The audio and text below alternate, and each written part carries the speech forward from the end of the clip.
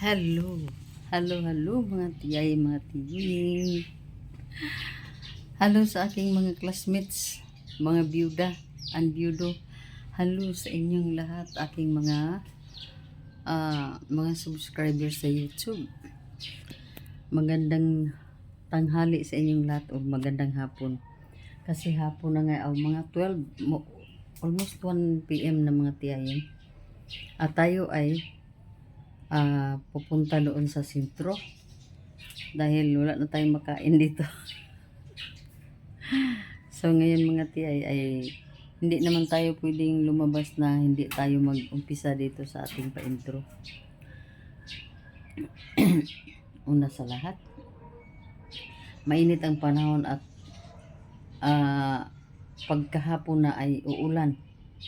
So malaman natin yung panahon natin na mag-iba yung mainit pero ulan pagkahapon. Malaman din natin mga tiyaying, mapakiramdaman natin kasi kahapon ganyan din ang nangyari. Parang may kasi kumain ako ng mga tiyaying ng biscuits dahil wala pa nga tayong lunch dito kasi wala hindi ako nagluto. Mayroon namang kanin doon pero walang ulam dito mga tiyaying. So ang nangyari ngayon ay may dala lang tayong payong at may dala din tayong sunglass panangga sa sobrang init mga tiyay. Wala tayong kuwan dyan, wala tayong nakahang dyan na mga labada, mga natin, clothes natin. Kasi simula nang dumating ako galing Manila, hindi pa ako naglaba mga tiyaying. So ngayon ay iba ang ko pakay doon sa sentro. So hindi pa ako mag-grocery ngayon. Pero aalis tayo, bibili tayo ng kunti lang na pang natin. Pang 1 day or 2 days natin na konsumo dito mga tiyay. So yun mga tiyay, magandang tanghali sa inyong lahat. Ako'y namimiss ko na itong lugar na ito, yung palagi kong iniintrohan mga tiyay. Miss ko na ito dito. Sana nasa mabuti tayong kalagayan at parating na ang Pasko. Ikondisyonan natin yung ating mga mind and ating mga hearts na maging masaya tayo sa Paskong parating mga tiyaying. Hindi tayo magpagambala ng mga kung ano-ano man diyan. Muna tayo, maglaan muna tayo ng space sa ating mga heart and sa ating mind na dapat masaya tayo kasi paalis na ang 2024, lalaki na naman itong mga edad natin at tatanda na naman tayo, dagdagan na naman ang katandaan natin mga tiyaying. So paalisin na natin sa 2024 dahil hindi na mapigilan pa, aalis na talaga sa mga tiyay.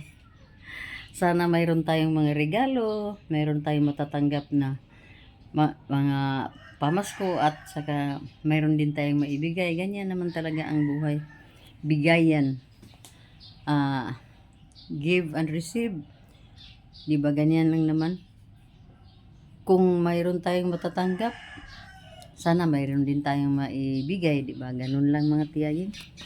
So, mayroon pa pala akong nakalimutan dito sa loob. So, mag-update lang ako later mga tiyay. Na, arangkada na si tiyaying. Alis na ang inyong tiyay. Magandang hapon.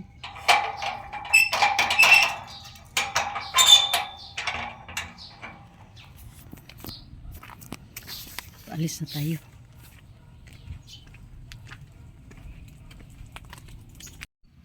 Hello. Once again, dito naman tayo. Mag-update lang ako dito sa terminal natin. Bakit parang ang lapit ko lang? Ayan, sa ilalim tayo ng puno ng kahoy na ginawa kong terminal. Dahil dito ako mag-aantay ng rila. May rila na. Aantayin ko na lang siyang babalik dito. Para makasakay na si tiyay. So, punta tayo ng Valencia, sa sentro ng Valencia. Ayan na ang Rila. Oh. May Rila na. Pabalik na ang Rila.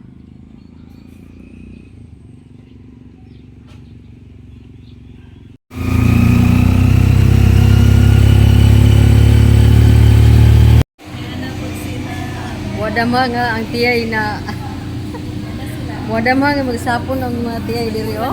Wa gyud damawa, gyud nagsabot.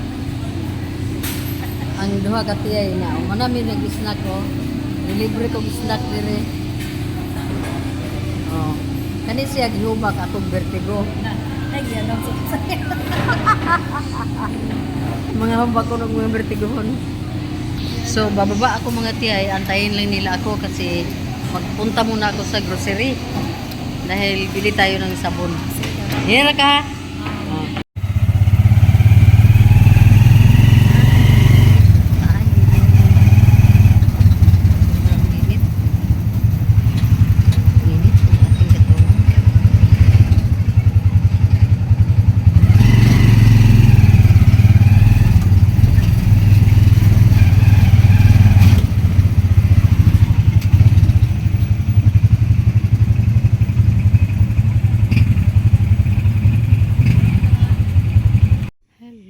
Tiyay. Wala na. Dito tayo, meron tayong binili oh. Dito na tayo sa terminal. So, walking na tayo patungo sa ating bahay.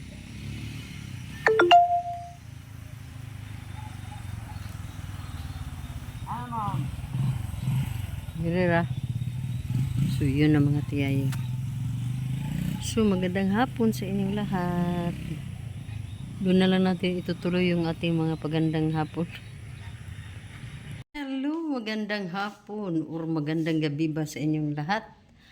Ang tiyaying ay kararating lang sa bahay.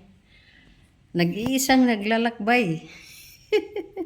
Galing tayo sa sentro mga tayo. Nakapungos na naman itong tiyaying ba. Sobrang init mga tiyay kasi yung electric fan natin, yung electric fan ay na ano medyo na yung tali niya yung i-ano natin yung ano bang pagtawag yung ipo-pull natin yung kwan yung tali niya para mag-spin ganon doon sa sa kwan electric fan kailangan pa siyang tanggalin muna at ibaba muna yung electric fan kaya mainit dito sa ating bahay ngayon. So magandang hapon sa inyong lahat. Ako yung nakasurvive sa ulan. Maulan mga tiyaying oh. Umuulan doon, umuulan talaga. Pero dahil tayo ay may dalang payong at hindi pa naman humupa na si ulan nang umuwi ako mga tiyay galing doon sa sentro. Kasi kanina pa sana ako uuwi mga tiyaying. Pero nakita ko yung ulan na medyo mabasa tayo. So nag-ano na lang ako muna doon, nag-antay na humupa si ulan. Magpapaypay tayo mga tiyaying dahil mainit. Mainit masyado.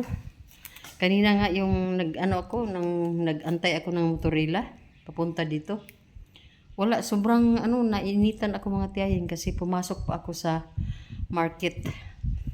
Namili tayo doon ng isda at saka may tuyo tayong binili kasi nagkikrib tayo sa tuyo mga tiyaying.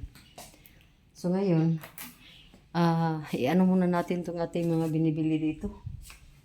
Bigpitin muna natin, linisin natin itong mga isda natin mga tiyay. Tika muna. Hello mga tiyay. Yan siguro. Mag-ano tayo? Ito yung tuyo na nukos. Ano sa nukos? Squid. Tuyo. So, mahal mga tiyaying. 300 itong, aywan ko kung ilang grams lang ito mga tiyay. 1/4 gram. Basta ito tuyo na squid. At mayroon tayong tuyo din na isda. Yan o. Yan. Parang half kilo ata ito. Ilang pieces lang ba? Half kilo na tuyo na isda. 250 ang kilo. Ito ay 300. So, 550. Itong dalawang tuyo. Hindi lang ito nakaabot ng 1 kilo. At mayroon tayo. Dahil namili din si Mincho ng isda. Ako ay namili din. Ito para ano bang tawag niyan yung sugba ba? Ano may Tagalog sa sugba ha? Basta, yung natin. Di na ano sa utak ko ang sugba. Ayan, 3 sila. Pero pwede naman to preto. Ayan, 3 sila mga tiyayin. Mura lang to. Mura lang ang isdang ito. Budlisan ito sa namin. Sa mga Bisaya. Hindi ko alam sa Tagalog kung basta budlisan ito mga. Alam niyo naman si Tiyay. Isa lang ang subject na Pilipino. Kaya kahit anong araw-araw tayo nagtatagalog dahil nagbablog tayo, hindi pa rin marunong. Bumili din ako ng ganito mga tiyaying. 2 lang Argentina na corned beef. Para to kay Walter. Di naman ako masyado matakaw sa mga ganitong mga pagkain. Yan palapit-lapit natin ang kamera. So yan. At mayroon tayong biniling mayroon pa tayong biniling isang klase isda din. Ito ano sa Tagalog ito? Bilong-bilong ata to sa amin. Hindi ko alam kung bilong-bilong pa rin sa Tagalog. Basta bilong-bilong yan mga tiyay. Bumili ako ng para pang lang ba? Paksiw. Paksiw ba? Yung inununan sa Bisaya mga tiyay ba? Ito mga ganito, yung mga silupin na nilagyan ng ng isda. Yung hugasan natin mga tiyay kasi natutunan ko to sa anak ko sa Japan. Hugasan para hindi mangamoy sa sa basura natin kasi yung basura hindi yan araw-araw natin tinatanggal diyan sa kasi mahal ang garbage bag.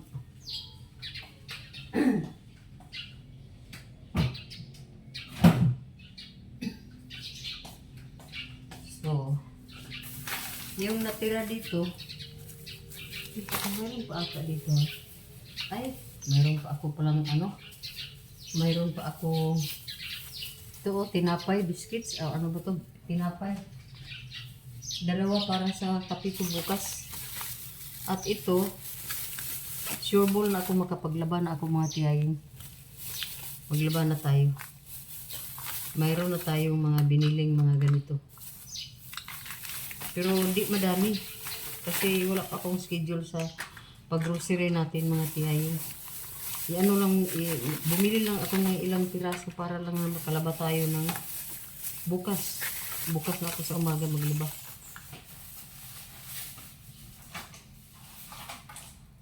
Mayroon din tayong downy. Hindi mawawala yung downy sa mga labada natin. And then, yun na. Ito na. Maghugas na tayo dito sa mga isda natin. Siguro ngayon, magpaksiw ako ng ito, itong isda na kon.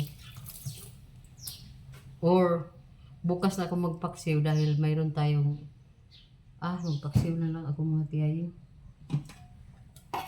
Kunti lang. May naka-ready na pala dito na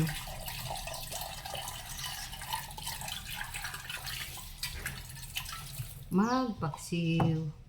Tingnan natin kung malaki ba ang dito.